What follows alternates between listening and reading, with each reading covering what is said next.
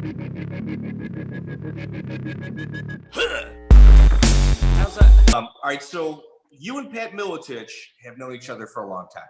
Right. And you have given credit to Pat in the past in regards to convincing you to do the Quad Cities Ultimate, which was your first few events. Yeah, he bullied me. He wouldn't let me say no. So it sounds to me like you guys knew each other before this and had a really good relationship. How do you know Pat Miletich?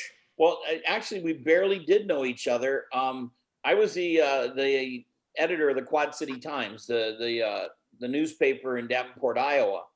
And when you're the editor, you get lots of calls and things that come across your desk. And one day I got a call from it came into the switchboard. They wanted to talk to someone in sports, and I got it.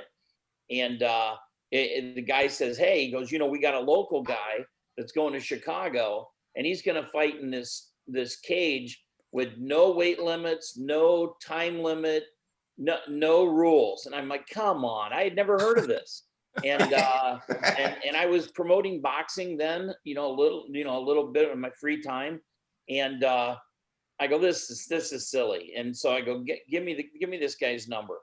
So I call him up, and he's like, "Hey, he wouldn't even let me talk. He goes, "Before you do anything, come down to my gym. Let me show you what we're doing, so you don't just write some kind of hatchet job on us." So I said, "All right." So I go down to the gym, and this is late '95, and I watched their wrestling. Okay, I know wrestling. I live in Iowa, and then they're boxing, and I did a little boxing. I get it. I mean, I like boxing's great. And then they started showing me the jujitsu, and I had never seen it. And honestly, I always say it reminded me like it was some kind of voodoo. It was just off the chart weird. I mean, all of a sudden it's like, and so they choked me, they arm barred me. I got to go through the whole gamut. They were showing me. I was in good shape then, but I mean, they're just showing me everything. And he goes, "What do you think of that?" afterwards? And I go, "Man," "you're blowing my mind." I go, he goes, "Imagine two guys who train in all this stuff going against each other in a cage." And I'm like, "Dude, you had me. I'm hooked." So I go, "I'm not going to write anything. I'm going to go with you to Chicago, and I'm going to watch you compete. Then I'll write a story." And so I went to Chicago, and it's at St. Andrew's Gym that holds maybe 2,000, and they got easily 3,000 in there. It's unbelievable. You're shoulder to shoulder. I can't even get through to my seat. And I run into a guy that I had just met through boxing about a month earlier.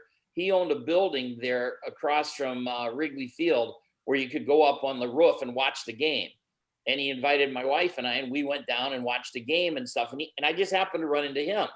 And I'm like, "What are you doing here?"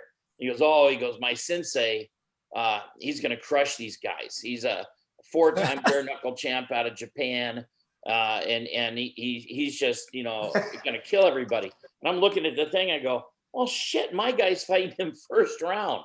And he goes, "Oh, bad news for your guy. Where's my guy's Pat Miletich, And so I'm like, "God damn it." So I go and I go to sit down. I'm thinking this isn't going to be good. My friend just told me that, what was that guy's name? Yasunori Matsumoto. And he's a killer. So they're the first fight and the best fight of the night by far. At one point, Pat gets him in an armbar, and the guy just won't tap, and he snaps it. And I'd never seen an arm break like that. I mean, he just snapped it. And Yatsumoto pulled his arm out and started beating him with his arm flopping around, hitting him with it. And I was like, "Oh my God, this is insane." And then Pat he had to choke him. It's the only way to stop the guy. He had to choke him, and he wins, and then he just rolls through everybody else. And I was hooked, absolutely hooked on the sport. And I came back and I told my wife, I go, "I'm just a big sports fan, but if this thing